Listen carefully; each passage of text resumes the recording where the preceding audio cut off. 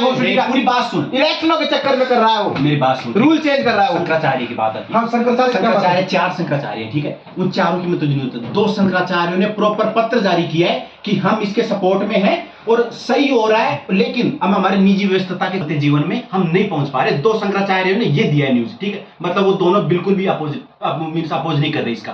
बाकी 2 बचे, उन दोनों के लॉजिक बताता हूं। एक कह रहा है कि ये अभी आधा बना हुआ है और आधे बने हुए की कभी भी प्राण प्रतिष्ठा नहीं हो सकती। लेकिन तुम मुझे बताओ 1951 में सोमनाथ मंदिर का छोटा सा बना था और 1956 में जाके पूरा हुआ था।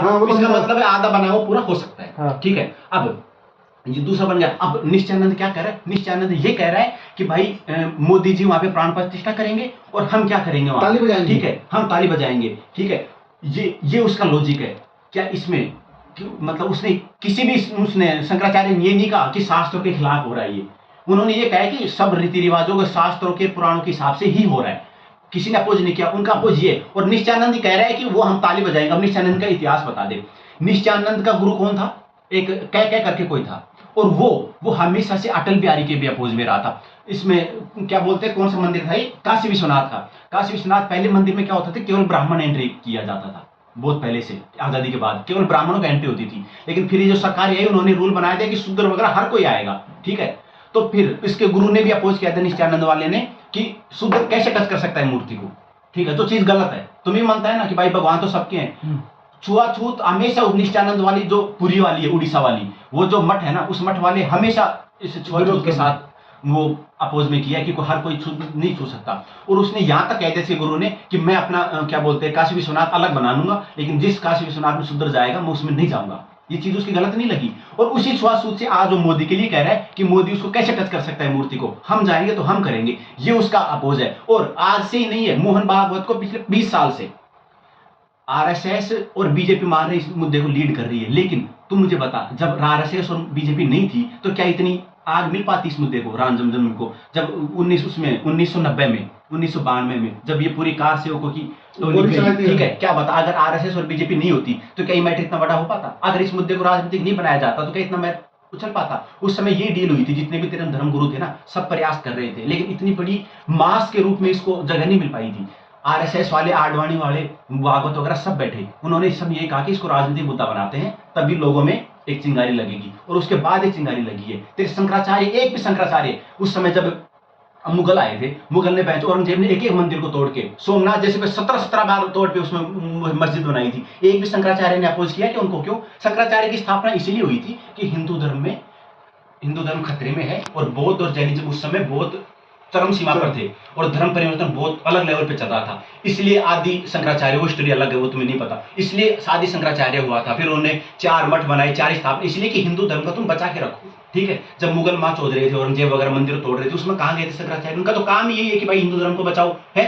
फिर जब अंग्रेज आए, जब अंग्रेजों ने सब साधु संतों को बहमा चोद के रख दिया, अलग साइड करके रख दिया, तब कहां गए थे शंकराचार्य, है। और राम जन्मभूमि की जो सबसे बड़ा मुद्दा था देश का, एक भी शंकराचार्य सड़क पे आया हो तो बता दे। और फिर अब जब बात आती है कि प्राण प्रतिष्ठा की, वो कहते हैं हम करेंगे। बोल कि तुमने आज तक लड़ाई लड़ी है? तुम आज करने, अब शंकराचार्य मानते, शंकराचार्य वो सबसे बड़ा पद माना गया है इसमें। लेकिन टोटल 6 टाइप के आचार्य होते हैं, रामानंद आचार्य, शंकराचार्य, टोटल 6 प्रकार के आचार्य होते हैं केवल, और 6 को बराबर दर्जा दिया है। हिस्ट्री बता रहा है कि शंकराचार्य ये बता रहा है कि 2 शंकराचार्य को ये मुद्दा नहीं है, तू इतिहास का बता।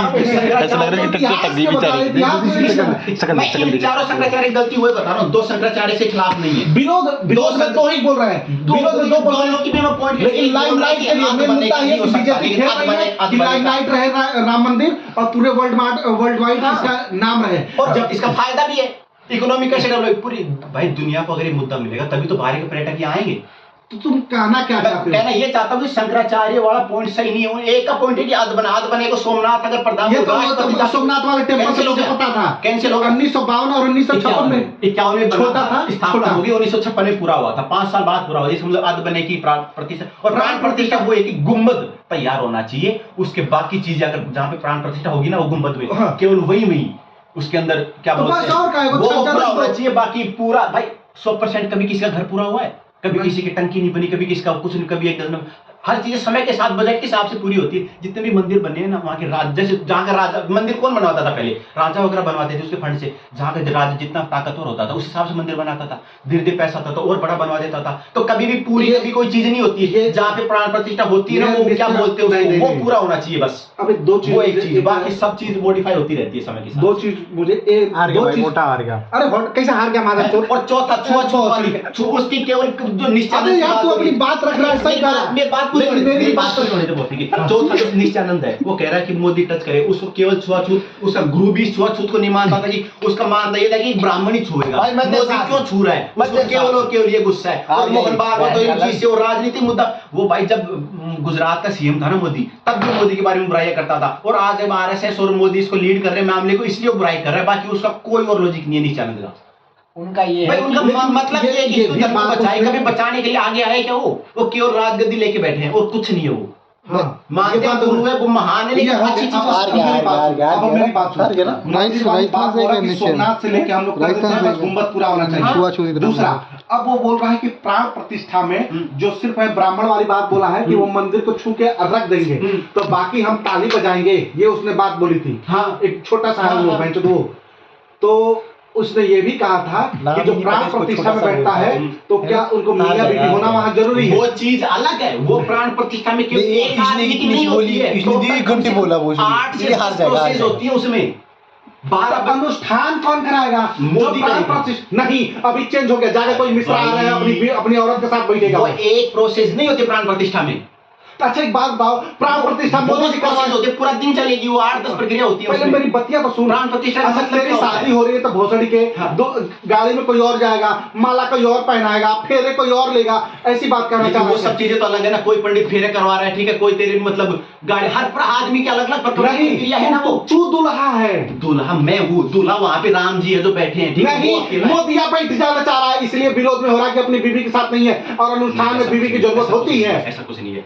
अच्छा, जब सोमनाथ का जो प्राण प्रतिष्ठा होता है, जो राष्ट्र के भाई बात तो बोल रहा है, हार गया। उस समय प्राण प्रतिष्ठा हुई थी, लेकिन वहाँ पर कौन बैठा था? जीत गया, छोड़ना है, अबे छोड़, अबे क्या है प्राण प्रतिष्ठा? मोदी का मतलब ये नहीं मोदी वहाँ पुजारी बनने जा रहा है, ठीक है। मोदी का मतलब ये, प्राण प्रतिष्ठा का मतलब क्या होता है? केवल चेतना का संचार, वो प्राण प्रतिष्ठा होता है। राम जी उस मूर्ति में बसे हुए हैं, केवल उसमें जान डालने का मतलब प्राण प्रतिष्ठा है। एक छोटी सी 80 सेकंड का मुहूर्त है, 80-90 सेकंड का, उसके अंदर एक छोटी सी फॉर्मेलिटी होगी, बस प्राण प्रतिष्ठा होगी। और उसी के लिए 11 दिन से मोदी जी अनुष्ठान करें कि वो दूध दाद पी के और फल खा के रहेंगे, हर चीज करेंगे, केवल इसीलिए कि उसके कुछ रूल्स होते हैं। हाँ। एक आदमी पवित्र होना चाहिए, मांस मच्छी नहीं खाना चाहिए, और एक मतलब एक अलग रूल्स होते हैं जो भी उसके अंदर वो है, वो सब 11 दिन से फॉलो करेगा, तब जाके उसको एलिजिबल भी हो जाए। भाई तुम मुझे बता, अगर वो एलिजिबल नहीं होता तो ये राम मंदिर बन रहा है, ठीक है। ऐसा तो है नहीं कि बीजेपी उसको लीड कर रही है, प्रॉपर धर्मगुरु वगैरह हर आदमी से, राम भद्राचार्य हो गए तेरे, क्या बोलते हैं उसको, जितने भी धर्मगुरु हैं, ठीक है, जितने भी आचार्य, हर की सलाह लेके प्रॉपर मुहूर्त से, अगर ऐसा नहीं होता ना अगर,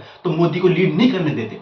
मोदी को इतना होता है कि राजनीतिक मुद्दे को लीड कर रहा है, वो हर चीज नहीं करने देते उसको। अगर वो गलत होता तो तेरे शास्त्रों के हिसाब से वो हो रहा है, तो प्रॉपर सोच समझ के प्रॉपर मुहूर्त के साथ ही हो रहा है वो।